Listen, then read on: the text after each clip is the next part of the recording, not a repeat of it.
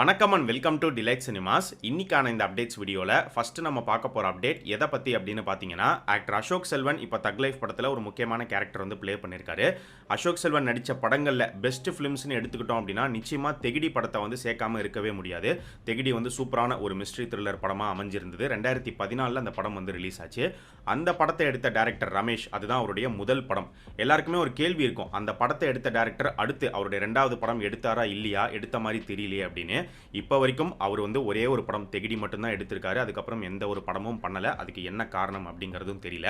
இப்போ ரீசெண்டாக தெகிடி படத்தோடைய டேரக்டர் ரமேஷை பற்றி ஒரு நியூஸ் ஒன்று சோஷியல் மீடியாவில் ஸ்ப்ரெட் ஆச்சு. இந்த மாதிரி ஃபர்ஸ்ட் அவர் ஐடி ஜாப்ல ஒர்க் பண்ணிட்டு இருந்திருக்காரு. ஜாபை விட்டுட்டு வந்து தான் தெகிடி படம் எடுத்திருக்காரு. தெகிடி எடுத்து முடிச்சு ரிலீஸ் ஆனதுக்கு அப்புறமா மறுபடியும் வந்து அவர் ஐடி ஜாபுக்கே போயிட்டாரு அப்படிங்கிற மாதிரி ஒரு நியூஸ் ஒன்று ஸ்ப்ரெட் ஆச்சு. இந்த நியூஸ் எந்த அளவுக்கு உண்மை கன்ஃபார்ம்ட் அப்படிங்கிறதுலாம் எனக்கு தெரியாது. பட் இந்த நியூஸ் வந்து இப்போ கொஞ்ச நாள்லேயே வந்து பார்த்தீங்கன்னா ரமேஷ் அடுத்து இன்னொரு படம் பண்ண போறாரு. கிட்டத்தட்ட 11 வருஷத்துக்கு அப்புறமா அவருடைய 2வது படம் இப்போ பண்றாரு அப்படிங்கிற ஒரு நியூஸ் வந்திருக்கு. உண்மையிலே இது வந்து ஒரு சூப்பரான ஒரு நியூஸ் தான். யாரை வச்சு பண்றாரு அப்படின்னு பார்க்கும்போது மறுபடியும் அதே தெகிடி காம்போ தான் வந்து ஒன்று சேர்றாங்க. அசோக் செல்வனை வச்சு தான் அவர் படம் பண்றாரு.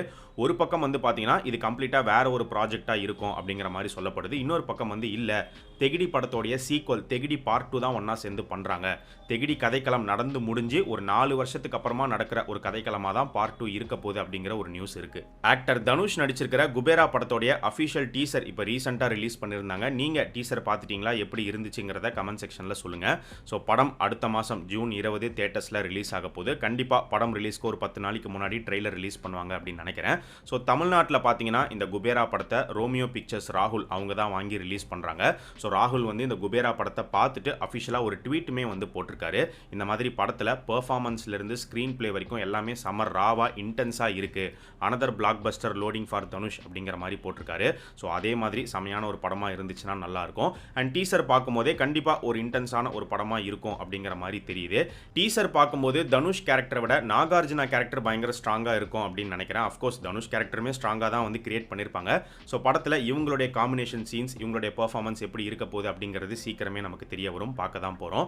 அண்ட் இந்த குபேராவுடைய டீசர் எண்டில் பார்த்தீங்கன்னா பொல்லாதவனுக்கான ஒரு சின்ன ரெஃபரன்ஸுமே வந்து இருக்குது. அது பிளான் பண்ணி ரெஃபரன்ஸாக வச்சாங்களா இல்லை கோஇன்சிடென்ஸாக அமைஞ்சிருக்கா அப்படிங்கிறது தெரியல. இப்போ எல்லாருமே எடுத்து போட்டு கம்பேர் பண்ணிட்டு வராங்க. பொல்லாதவன் படத்தில் பார்த்தீங்கன்னா தனுஷோடைய அப்பா வந்து தனுஷை பின்னாடியிலே வந்து அடிக்கிற மாதிரி ஒரு ஷாட் ஒன்று இருக்கும். அது கூட ஒரு மீம் டெம்ப்ளேட்டாக பயங்கரமாக வந்து ஸ்ப்ரெட் ஆச்சு.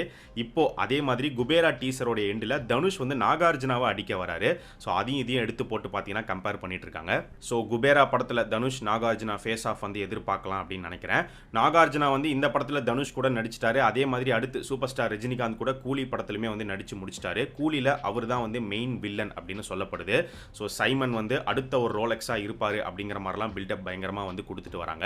இன்னொரு பக்கம் இப்போ ரீசெண்டாக கூலி படத்தை பற்றி ஒரு ரூமர் ஒன்று ஸ்ப்ரெட் ஆகிட்டு இருக்கு. அது என்ன ரூமர் அப்படின்னு பார்த்தீங்கன்னா, எப்படி லோகேஷ் கனகராஜ் வந்து ஏற்கனவே ஒரு யூனிவர்ஸ் எல்சியூ அப்படிங்கிற மாதிரி ஒன்று உருவாக்கியிருக்காரோ அதே மாதிரி இந்த கூலி வந்து ஒரு புது யூனிவர்ஸை வந்து கிரியேட் பண்ணோம். அதாவது புது யூனிவர்ஸ் இல்லை, எக்ஸிஸ்டிங் யூனிவர்ஸ் தான். இதுக்கு முன்னாடி லோகேஷ் கனகராஜ் எடுத்த அவருடைய நான் எல்சியூ ஃபிலிம்ஸில் விஜய் வச்சு அவர் எடுத்த மாஸ்டர் படமும் இந்த கூலி படமும் ஒரே யூனிவர்ஸில் வருது அப்படிங்கிற மாதிரி ஒரு ரூமரை யாரோ கொளுத்தி போட்டிருக்காங்க. அது இப்போ வந்து லைட்டாக ஸ்ப்ரெட் ஆகிட்டே வருது.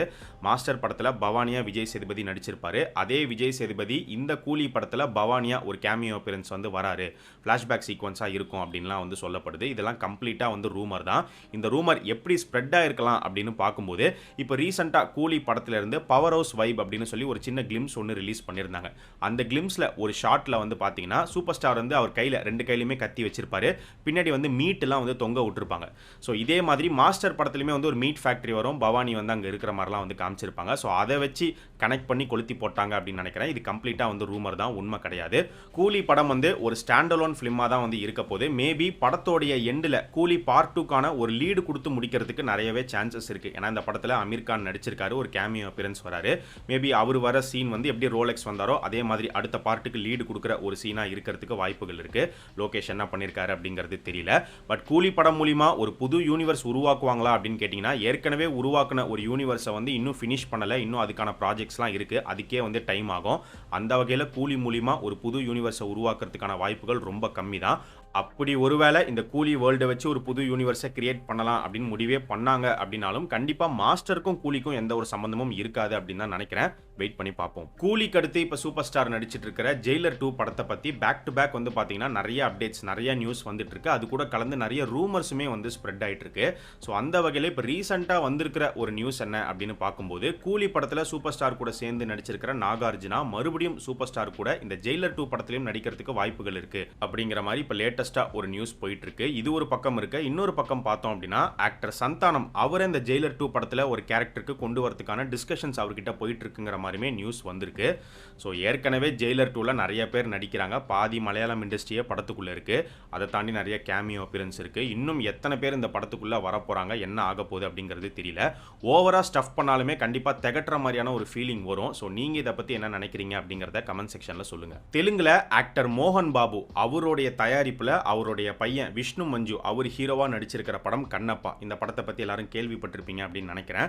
ஸோ இந்த படம் பார்த்தீங்கன்னா ஒரு பெரிய பட்ஜெட்ல வந்து உருவாயிருக்கிற ஒரு படம். இந்த படத்துல ஆக்டர் மோகன்லால், பிரபாஸ், அக்ஷய்குமார் இவங்க 3 பேருமே கேமியோ அப்பியரன்ஸ் கொடுத்திருக்காங்க. இவங்க கொடுத்த கேமியோ அப்பியரன்ஸ்க்கு யாருமே ஒரு பைசா கூட வாங்கல அப்படிங்கிற மாதிரியுமே முன்னாடியே வந்து நியூஸ் வந்துருந்துச்சு.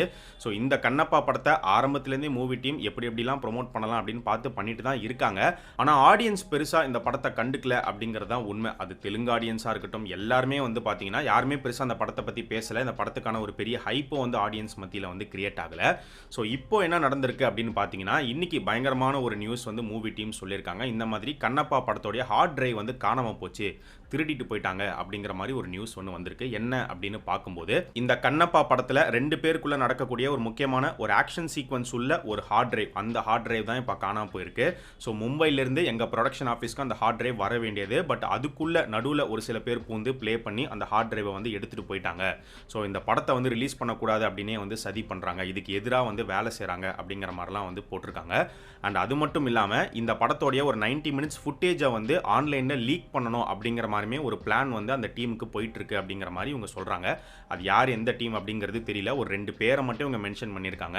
இந்த இஷ்யூ பார்க்கும்போது உண்மையிலேயே இந்த படத்துக்கு எதிராக யாராவது ஒருத்தங்க செயல்படுறாங்களா, இந்த படம் ரிலீஸ் ஆகக்கூடாது, படத்தோடைய ப்ரொடியூசரோ ஹீரோக்கோ அகைன்ஸ்டாக வந்து செயல்பட்டு இந்த மாதிரி விஷயங்கள்லாம் பண்ணுறாங்களா, இல்லை கண்ணப்பா மூவி டீமே நம்ம படத்தை பற்றி யாருமே கண்டுக்க மாட்டாங்க, நாமளே ஏதாச்சும் பேசினாதான் உண்டு அப்படின்னு சொல்லி இப்படி ஒரு கான்ட்ரவர்சியை வந்து கிரியேட் பண்ணியிருக்காங்களா அப்படிங்கிறதும் தெரியல. ஏன்னா இதுக்கு முன்னாடி வரைக்கும் நீங்கள் பார்த்தீங்கன்னா லால் சலாம் படத்துக்கு இதே மாதிரி தான் ஹார்ட் டிஸ்க் தொலைஞ்சு போச்சு அப்படிங்கிற ஒரு கதை வந்தது. அதே மாதிரி சந்திரமுகி 2க்கும் நடந்தது. நல்ல படங்கள் எதுக்குமே வந்து ஹார்ட் டிஸ்க்லாம் வந்து தொலையவே மாட்டேங்குது, பத்திரமா தான் வந்து பார்த்துக்கிறாங்க. இவங்க தான் வந்து கேர்லெஸ்ஸாக விட்டுறாங்க போல. ஸோ இந்த கண்ணப்பா மூவி டீமும் வந்து கேர்லெஸ்ஸாக இருந்துட்டாங்களா, இல்லை வேற ஏதாவது பிளான் நடக்குதா என்னங்கிறது தெரியல. நீங்கள் இந்த இஷ்யூ பற்றி என்ன நினைக்கிறீங்க அப்படிங்கிறத கமெண்ட் செக்ஷனில் சொல்லுங்கள். தளபதி விஜய் இப்போ நடிச்சிட்டு இருக்கிற ஜனநாயகன் படத்தை பற்றி கொஞ்ச நாளைக்கு முன்னாடி ஒரு நியூஸ் வந்துருந்துச்சு. இந்த மாதிரி இந்த படத்தில் விஜயோடைய பேர் வந்து தளபதி வெற்றி கொண்டான், டிவிகே ரெஃபரன்ஸை வந்து உள்ளே கொண்டு வந்திருக்காங்க அப்படின்னு சொல்லப்பட்டுச்சு. பட் இப்போ வந்திருக்கிற நியூஸ் என்ன அப்படின்னு பார்க்கும்போது, இந்த படத்தில் இந்த கதையில் விஜயோடைய உண்மையான பேர் வந்து சஞ்சய் வரதராஜன். அவர் வந்து ஒரு எக்ஸ்காப்பாக வருவார். ஸோ படத்தில் ஒரு கட்டத்தில் வந்து எக்ஸ்காப்பாக இருக்கிறவர் வந்து ஒரு பொலிட்டிக்கலாக வந்து உள்ள என்ட்ரி கொடுக்குற மாதிரி இருக்கும், ஒரு பொலிட்டிக்கல் டிரான்ஸ்ஃபர்மேஷன் நடக்கும். அப்போ தான் இந்த டிவிகே ரெஃபரன்ஸ் வந்து உள்ளே வரும், தளபதி வெற்றி கொண்டான் அப்படிங்கிற ரெஃபரன்ஸ் இருக்குது அப்படிங்கிற மாதிரி இப்போ ஒரு நியூஸ் வந்திருக்கு. ஸோ இதெல்லாம் ரூமரா உண்மையா அப்படிங்கிறது சீக்கிரமே நமக்கு தெரிய வரும். ஸோ அடுத்த ஜூன் மாதம் 22ஆம் தேதி படத்தோடைய ஒரு சின்ன கிளிம்ஸோ இல்லை ஃபர்ஸ்ட் சிங்கிளோ நமக்கு காத்துட்டு இருக்கு. ஃபர்ஸ்ட் சிங்கிள் ரிலீஸ் பண்ணால் விஜய் அவர் பாடின சாங்கை தான் வந்து ரிலீஸ் பண்ணுவாங்க அப்படின்னு நினைக்கிறேன். ஒரு செமையான ஒரு டான்ஸ் நம்பர் இந்த படத்தில் வந்து இருக்குது. அதுதான் ஃபர்ஸ்ட் சிங்கிளாக ரிலீஸ் ஆகும் அப்படின்னுமே வந்து சொல்லப்படுது. எப்படி இருக்க போகுது அப்படிங்கிறத வெயிட் பண்ணி பார்க்கலாம்.